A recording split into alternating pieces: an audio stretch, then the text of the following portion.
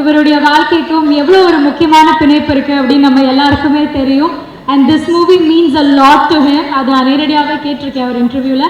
It's a pleasure in welcoming நடிகர் விஷ்ணு விஷால் அவர்கள். எல்லாருக்குமே வணக்கம். பத்திரிகை நண்பர்கள் அனைவருக்கும் நன்றி. இங்கே வந்திருக்கீங்க எல்லாருமே.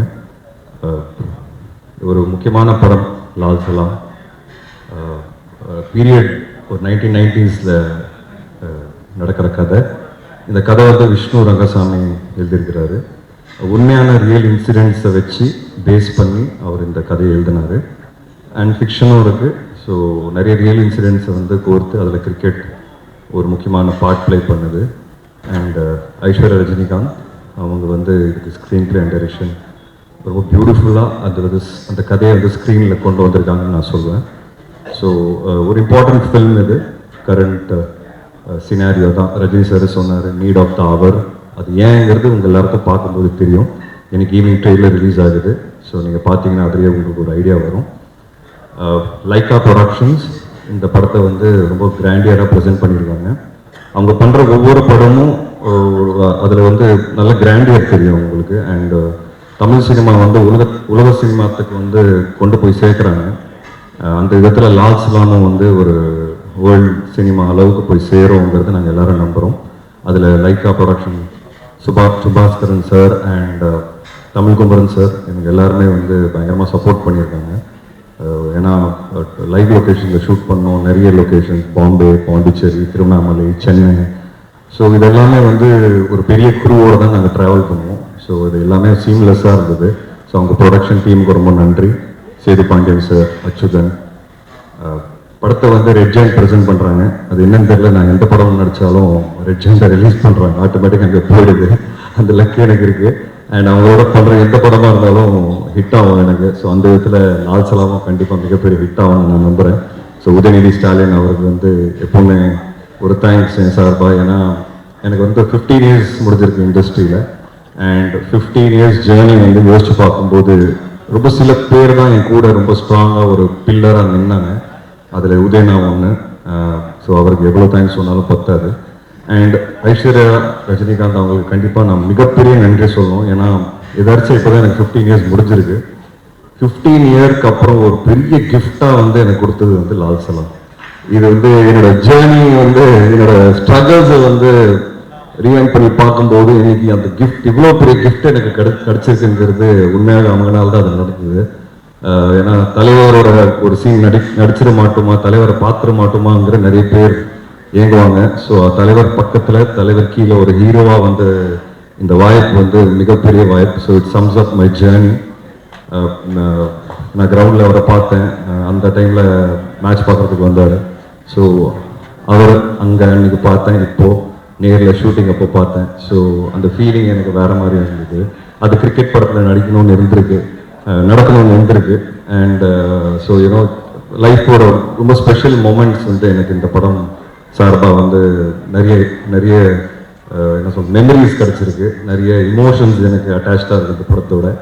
And I'm very confident. ஏன்னா இந்த படம் வந்து எல்லாருமே ஏன் பண்ணோம் அப்படிங்கிறது கேட்டிங்கன்னா ஐஸ்வர்யா ரஜினிகாந்த் சொன்ன மாதிரி இந்த படத்தோட ஹீரோ வந்து படத்தோட கதை தானே. அதனால தான் ரஜினி சாரும் இவ்வளோ பெரிய கதாபாத்திரம் பண்ணுறதுக்கு ஒத்துக்கிட்டாரு. அண்ட் நானும் வந்து அந்த கதை கேட்ட உடனே எனக்கு ரொம்ப பிடிச்சது. இவ்வளோ ஸ்ட்ராங்கான ஒரு கதை எடுத்து ஃபர்ஸ்ட் ஆஃப் ஆல் ஒரு டைரக்டர் ப்ரெசென்ட் பண்ணுறதுங்கிறதே அது ஒரு சேலஞ்சிங்கான விஷயம். I really appreciate the efforts and அந்த கன்விக்ஷன். ஃபர்ஸ்ட் டைம் அவங்கள பார்க்கும்போது எனக்கு தெரிஞ்ச அவங்க கால் பண்ண சீக்கிரமாகவே நான் வந்து அவங்கள சந்திச்சிட்டேன். உடனே சந்திக்கும் போது ஒரு ப்ரெசன்டேஷன் காமிச்சாங்க ஐபேடில். அந்த ப்ரெசன்டேஷனே ரொம்ப கிளாரிட்டியோடு இருந்தது. ஸோ என்ன பண்ண போகிறாங்கிறத ரொம்ப ஒர்க் பண்ணி வச்சுருந்தாங்க. அந்த கிளாரிட்டி வந்து அன்றைக்கி அவங்ககிட்ட பார்த்தேன். அந்த கிளாரிட்டி என்னைக்கு வரைக்கும் அவங்களுக்கு இருக்குது. ஏன்னா இந்த படம் எழுதுறது ஈஸின்னு சொல்ல மாட்டேன், எழுதிடலாம், டைரக்டும் பண்ணிடலாம். பட் தலைவர் மாதிரி ஒருத்தர் இருக்கும்போது அது ரொம்ப கேர்ஃபுல்லாக பண்ண வேண்டியதாக இருக்குது. ஏன்னா ஒன்று இந்த படம் பேசுகிற அரசியல்ங்கிறது அரசியல் நினச்சிக்காது. படம் பேசுகிற கருத்து அது வந்து ரொம்ப பேலன்ஸ்டாக ரொம்ப கரெக்டாக யாருக்கும் புண்படுத்தாமல் அது வந்து வெளியே கொண்டு வரணும். அது வந்து ஒரு மிகப்பெரிய சேலஞ்ச். ரெண்டாவது வந்து ரஜினி சார் அது பண்ண போறாருங்கிறது அது அடுத்த சேலஞ்ச். ஸோ ஒரு டாக்டராகவும் அவங்களுக்கு ப்ரெஷர் இருந்திருக்கு, ஒரு டைரக்டராகவும் அவங்களுக்கு ப்ரெஷர் இருந்திருக்கு, அவங்களுக்கு ப்ரூவ் பண்ணணுங்கிற ஒரு ப்ரெஷரும் பயங்கரமாக இருந்திருக்கு. அண்ட் இவ்வளோ பெரிய கூட்டத்தை வந்து மேய்ச்சி அவங்க வந்து இந்த விஷயத்தை கொண்டு வரணும் ஸ்க்ரீன்லங்கிறது I think hats off to her. I really want to appreciate her efforts. நான் நிறைய டார்ச்சர் பண்ணுவேன், நிறைய கேள்வி கேட்பேன், பட் ஒரு நாள் கூட சலிக்காமல் எனக்கு வந்து கரெக்டான பதில் கொடுப்பாங்க. எனக்கு ஒரு நாள் கூட ஸ்பாட்டில் டவுட்னு வந்தது கிடையாது. நான் கொஸ்டின்ஸ் கேட்பேன் தவிர்த்து எனக்கு டவுட்னு ஒரு நாள் கூட வந்தது கிடையாது. நான் ரொம்ப இன்வால்வாக ஒர்க் பண்ணுவேன் ஆஸ் அன் ஆக்டர். சில பேருக்கு அது பிடிக்கும், சில பேருக்கு பிடிக்காது, பட் அவங்க அதை ரொம்ப ஸ்போர்ட்டிவாக எடுத்துக்கிட்டாங்க. ஏதாவது கருத்து சொன்னால் கேட்டுக்கிறாங்க, அவங்களுக்கு கரெக்டுன்னு தோணுச்சுன்னா ஓகே, இல்லைன்னா ஸ்ட்ராங்காக நிற்பாங்க. எனக்கு அதுதான் அவங்களோட கேரக்டரில் ரொம்ப ரொம்ப பிடிச்ச விஷயம். அவங்க எவ்வளோ ஸ்ட்ராங்கான கேரக்டருங்கிறது உங்கள் எல்லாருக்கும் அந்த ஆடியோ லான்ச் அன்றைக்கே தெரிஞ்சிருக்கும். எவ்வளோ கிளாரிட்டியோட, எவ்வளோ கிளியராக, எவ்வளோ ப்ரிசைஸாக அவங்க என்ன பேசுனாங்கிறது. அது வந்து அதுக்கு தைரியம் வேணும். அண்ட் அந்த தைரியம் அவங்ககிட்ட இருக்குது, அந்த வெறி அவங்ககிட்ட இருக்குது, அண்ட் அந்த டெடிகேஷன் அவங்ககிட்ட இருக்குது. அதனால இந்த படம் கண்டிப்பாக ஜெயிக்கும் நான் ரொம்ப ரொம்ப ஸ்ட்ராங்காக நம்புகிறேன். ரஜினி சார் அவரை பற்றி எவ்வளோ பேசினாலும் கம்மி. Is a great human being. அது ஏங்கிறது நான் இந்த இடத்துல சொல்லணும்னு நினைக்கிறேன். நிறைய பேர் அதை சொல்லாதீங்க வெளியேன்னு சொன்னாங்க, பட் அதை நான் பதிவு பண்ணணும்னு நினைக்கிறேன். இது கொஞ்சம் பர்சனல் தான் அது. ஸோ இந்த படம் வந்து நான் எனக்கு வரும்போது எனக்கு ஒரு ஃபோன் கால் வருது. என் பையனோட அம்மா என்கிட்ட பேசுகிறாங்க. நான் நீ இந்த படம் பண்ணுறியா அப்படின்னு கேட்டாங்க. உனக்கு எப்படி தெரியும் அப்படின்னு கேட்டேன். இல்லை ரஜினி சார் நான் கூப்பிட்டாரு, இந்த மாதிரி உனக்கு வாய்ப்பு வந்ததா அப்படின்னு. ஆமாம் வந்திருக்கு. அவர் என்கிட்ட கேட்டார், ரஜினி, என் பையனோட அம்மாவோட பேர் ரஜினி.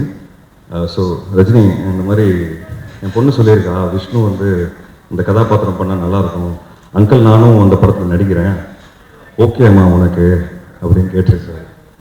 அதை நான் மறக்கவே மாட்டேன். ஏன்னா அவர் இம்பார்ட்டன்ஸ் கொடுத்துருக்காரு பாருங்க எங்கள் ஃப்ரெண்டோட பொண்ணுக்கு. அதுதான் என்னை பொறுத்த வரைக்கும் அவர் சூப்பர் ஸ்டாராக இருக்கிற காரணம். அந்த ஃப்ரெண்டை வந்து மதித்து, அந்த பொண்ணை மதித்து அவரை கூப்பிட்டு அதை கேட்டிருக்கிறாரு. இதை நான் சொல்லுமா வெளியே சொல்லிடக்கூடாதுன்னு எனக்கு தெரியாது, பட் நான் சொல்லணும்னு நினைக்கிறேன். என்னை பொறுத்த வரைக்கும் அவர் சூப்பர் ஸ்டார் இருக்கிறது காரணமே அந்த மனசு தான். அண்ட் அது வந்து நான் ரொம்ப பெருமைப்படுறேன் ஆக்சுவலாக. அது அவர் கேட்டாருங்கிறது, அந்த வேல்யூ வந்து கொடுத்துருக்காரு பாருங்க. ஸோ இட் இஸ் வெரி ரொம்ப இமோஷனல் ஃபிலிம். எனக்கு அங்கேருந்து தான் ஸ்டார்ட் ஆச்சு. அண்ட் என் பையனோட அம்மா விஷ் பண்ணாங்க, ரொம்ப சந்தோஷம். நான் அவர் சார்கிட்ட சொன்னேன், சார் அதெல்லாம் ஒன்றும் கிடையாது சார், சூப்பர் சார் அப்படின்னு சொன்னேன். ஸோ நீ ஆல் த பெஸ்ட், நல்லா பண்ணு அப்படின்னாங்க. ஸோ அதுதான் ரஜினி சார் என்னை பொறுத்த வரைக்கும். மற்றபடி ரஜினி சார் பற்றி நிறைய பேசலாம். அவரோட ஸ்டைல், கரிஸ்மா, அதுக்கு அடிச்சுக்கிறதுக்கு அதுக்கு எனக்கு தெரிஞ்சு அது ஒரு ட்ரீம் மாதிரிங்க. அவரை நேரில் அதை பார்க்கறதுங்கிறது ஒரு மிகப்பெரிய ட்ரீம். நம்ம எல்லாரும் வந்து பெரிய ஸ்க்ரீனில் பார்த்து கை தட்டி விசில் அடிச்சிருக்கோம், பட் அது நேரில் நாங்கள் பார்க்கும்போது நானும் விக்ராந்த் வந்து அவர் ஃபர்ஸ்ட் ஷாட்டில் தங்கவரை உட்காந்துருந்தாரு. பாம்பேல எங்களுக்கு ஷூட்டு ஃபர்ஸ்ட் ஷாட்டே வந்து ஆக்ஷன் ஒரு சீக்வன்ஸ் சொன்னால் அதில் ஃபர்ஸ்ட் ஷாட் அவர் வாக் தான். ஸோ நாங்கள் 3 பேர் ஓரமாக சேரை போட்டு அந்த வாக்கை நேரில் பார்த்து ஒருத்தருக்குள்ளே பேசிட்டு இருந்தோம், பா என்னடா இப்படி இருக்காரு அப்படின்ட்டு.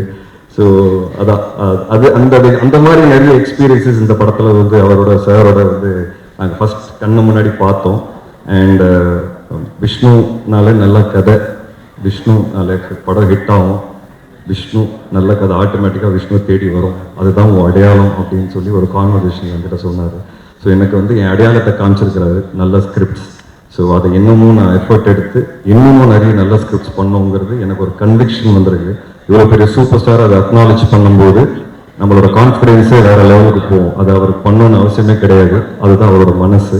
அந்த மனசுக்கு தான் அவர் இந்த இடத்துல நிற்கிறாரு. அண்ட்